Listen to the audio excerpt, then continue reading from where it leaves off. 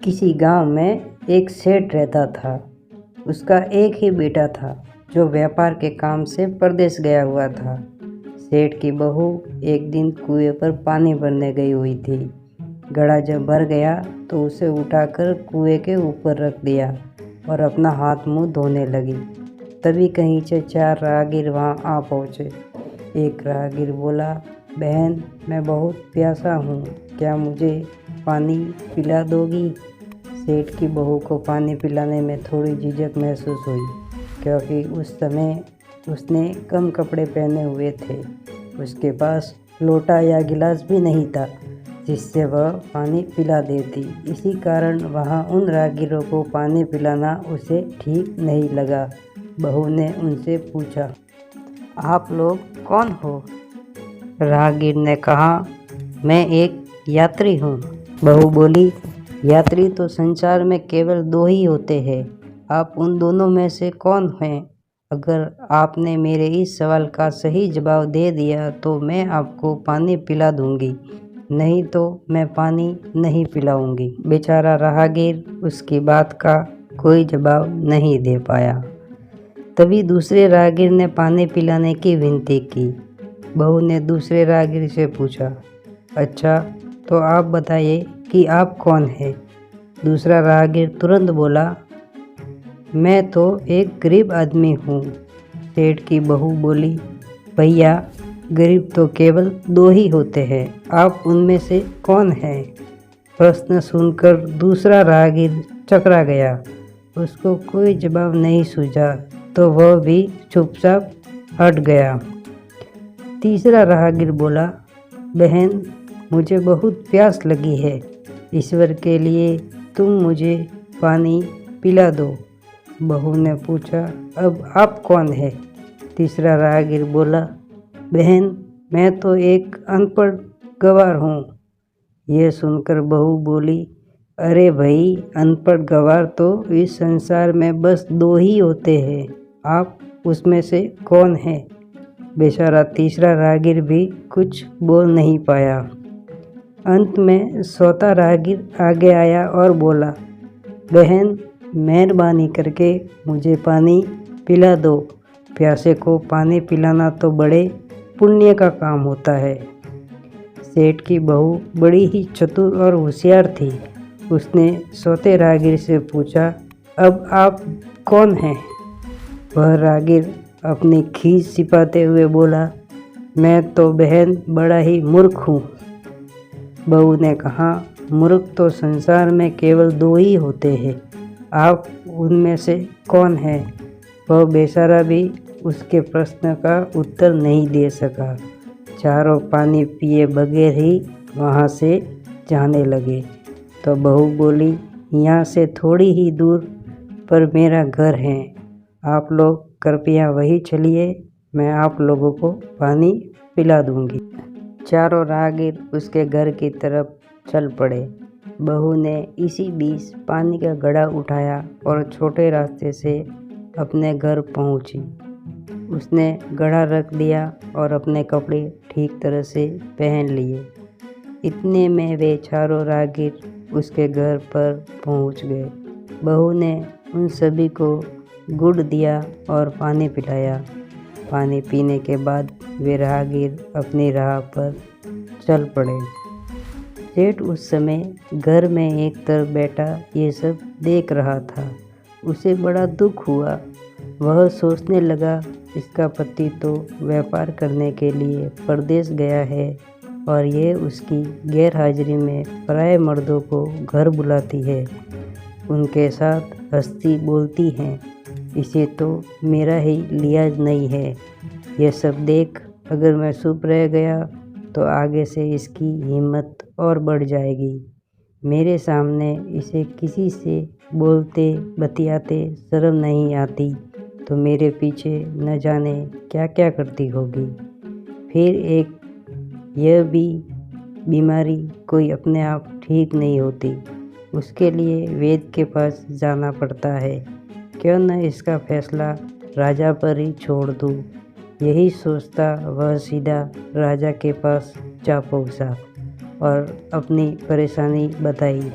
सेठ की सारी बातें सुनकर राजा ने उसी वक्त बहू को बुलाने के लिए सिपाही बुलवा भेजे और उनसे कहा तुरंत सेठ की बहू को राजसभा में उपस्थित किया जाए। राजा के सिपाहियों को अपने घर पर आया देख उस सेठ की पत्नी ने अपनी बहू से पूछा, क्या बात है बहू रानी, क्या तुम्हारी किसी से कहाँ सुनी हो गई थी जो उसकी शिकायत पर राजा ने तुम्हें बुलाने के लिए सिपाही भेज दिए। बहू ने सास की चिंता को दूर करते हुए कहा, नहीं सासू माँ, मेरी किसी से कोई कहाँ सुनी नहीं हुई है, आप जरा भी फिक्र न करें। सास को आश्वस्त कर वह सिपाहियों से बोली, तुम पहले अपने राजा से ये पूछ कर आओ कि उन्होंने मुझे किस रूप में बुलाया है, बहन, बेटी या फिर बहू के रूप में। किस रूप में मैं उनकी राजसभा में आऊँ। बहू की बात सुन सिपाही वापस चले गए। उन्होंने राजा को सारी बातें बताई। राजा ने तुरंत आदेश दिया कि पालकी लेकर आओ और वहाँ जाके कहना बहू के रूप में बुलाया गया है। सिपाहियों ने राजा की आज्ञा के अनुसार जाकर सेठ की बहू से कहा, राजा ने आपको बहू के रूप में आने के लिए पालकी भेजी है। बहू उसी समय पालकी में बैठकर राजसभा में जा पहुंची।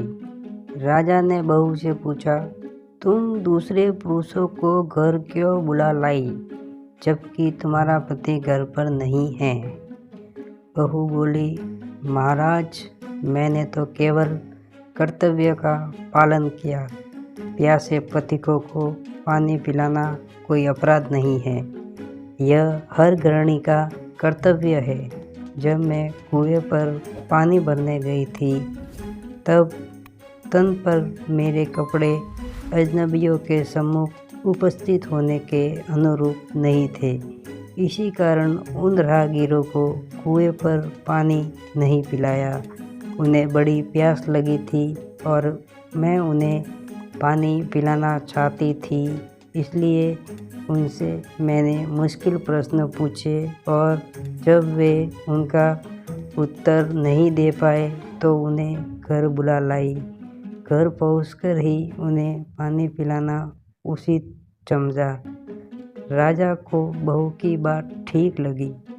राजा को उन प्रश्नों के बारे में जानने की बड़ी उत्सुकता हुई जो बहू ने चारों राहगीरों से पूछे थे। राजा ने सेठ की बहू से कहा, भला मैं भी तो सुनूं कि वे कौन से प्रश्न थे जिनका उत्तर वे लोग नहीं दे पाए। बहू ने तब वे सभी प्रश्न दोहरा दिए। बहू के प्रश्न सुन राजा और सभासद चकित रह गए। फिर राजा ने उससे कहा, तुम खुद ही इन प्रश्नों के उत्तर दो, हम अब तुमसे ये जानना चाहते हैं। बहू बोली, महाराज, मेरी दृष्टि में पहले प्रश्न का उत्तर है कि संसार में सिर्फ दो ही यात्री है, सूर्य और चंद्रमा। मेरे दूसरे प्रश्न का उत्तर है कि बहू और गाय इस पृथ्वी पर ऐसे दो प्राणी हैं जो गरीब है। अब मैं तीसरे प्रश्न का उत्तर सुनाती हूँ। महाराज, हर इंसान के साथ हमेशा अनपढ़ गवारों की तरह जो हमेशा चलते रहते हैं वे है भोजन और पानी।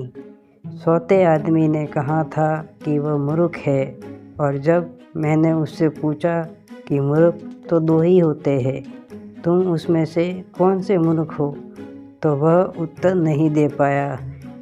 इतना कहकर बहू चुप हो गई। राजा ने बड़े आश्चर्य से पूछा, क्या तुम्हारी नज़र में इस संसार में सिर्फ दो ही मूर्ख है।